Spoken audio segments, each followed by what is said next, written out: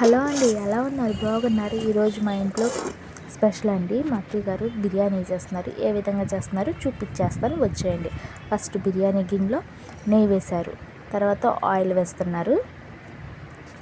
నెయ్యి ఆయిల్ వేడెక్కిన తర్వాత ఇప్పుడు చూపించాను కదా బిర్యానీ స్పైసెస్, అవన్నీ వేసేస్తున్నారు. మరాఠీ మొగ్గ, స్టార్ పువ్వు, బిర్యానీ ఆకు, చెక్క, లవంగాలు, జాజికాయ, ఇవన్నీ వేసేసారు. వేసిన తర్వాత చూసారు కదా, అవన్నీ వేసిన తర్వాత ఆనియన్స్ అండి, ఆనియన్స్, పచ్చిమిర్చి వేసి ఫ్రై చేస్తున్నారు. ఆనియన్స్ అనేవి గోల్డెన్ కలర్ వస్తేనే బిర్యానీకి టేస్ట్ అనేది వచ్చిందండి.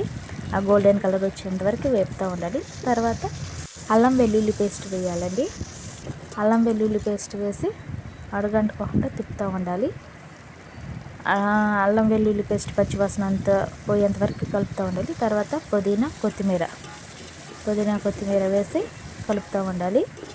చూసారు కదండి, కట్టెల పొయ్యి మీద ఎక్కువ అవుతుందని అడుగంటకుండా మనం జాగ్రత్తగా ఉండి దగ్గరుండి తిప్పుకుంటూ ఉండాలి. ఆ తర్వాత టమాటాలు వేశారండి. టమాటాలు వేసిన తర్వాత కొంచెం పెరుగు వేస్తున్నారు. పెరుగు వేసి కలుపుతూ ఉండాలి. అడుగంటుకోకుండా జాగ్రత్తగా చూసుకుంటూ ఉండాలి, లేకపోతే బిర్యానీ మసాలా వేశారు. బిర్యానీ మసాలా మేము ఇంట్లోనే తయారు చేసాము, బయటది కాదండి. చాలా బాగుంది. కొంచెం జీడిపప్పులు వేసాము. ముందే వేస్తే జీడిపప్పులు మాడిపోతాయని లాస్ట్లో వేసామండి. తర్వాత మేము తీసుకున్న 4 గ్లాసులకి వచ్చి 2 గ్లాసులు చొప్పున 8 గ్లాసులు పోసాము నీళ్ళు. పొయ్యి మీద కదండి, నీళ్ళు కొంచెము ఎక్కువ తీసుకున్నామండి. తర్వాత రుచికి సరిపడ్డ ఉప్పు వేసుకున్న తర్వాత కొంచెం బిర్యానీ ఆ వాటర్ అంతా మరిగేంత వరకు ఉంచిన తర్వాత మనం కడిగి పెట్టుకున్న బియ్యాన్ని వేసేసాము. చూసారండి, అసలు ఆ స్మెల్కే ఎప్పుడెప్పుడు తిందామా అని అనిపించేసింది. చాలా చాలా బాగుంది, బాగా కుదిరిందండి. ఎంతైనా కట్టెల పొయ్యి మీద వండుకున్నంత టేస్ట్ స్టవ్ మీద కానీ గ్యాస్ మీద కానీ చేసుకుంటే రాదు కదండి.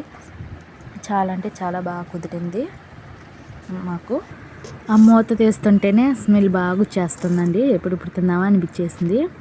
ఇప్పుడు కొంచెం సేపు మా మామిడి చెట్టు చూపించేస్తాను. మేము ఉన్న క్వార్టర్స్కి అండి మామిడి చెట్టు. చూసారా, చాలా కాయలు వచ్చేసినాయి. కింద గుత్తులు ఉన్నాయి. కాకపోతే కోతులు అనేవి ఉంచవు, వచ్చేసి పాడు చేసేస్తాయి కోతులు. ఇక్కడున్న ప్రతి క్వార్టర్స్కి కామన్గా మామిడి చెట్టు అనేది ఉండాల్సిందే. ఏమన్నా మామిడి చెట్టు అయితే అది తినే కాయలండి. చూసారా, ఆల్మోస్ట్ ఉడికిపోయిందండి బిర్యానీ. ఇంకేమన్నా కొంచెం పొలుకుంటే మగ్గిద్దని నిప్పులు వేసేస్తున్నారు మా అత్తయ్య గారు. చూసారా, అది ఎంతో కమ్మనైన బిర్యానీ రెడీ అయిపోయింది.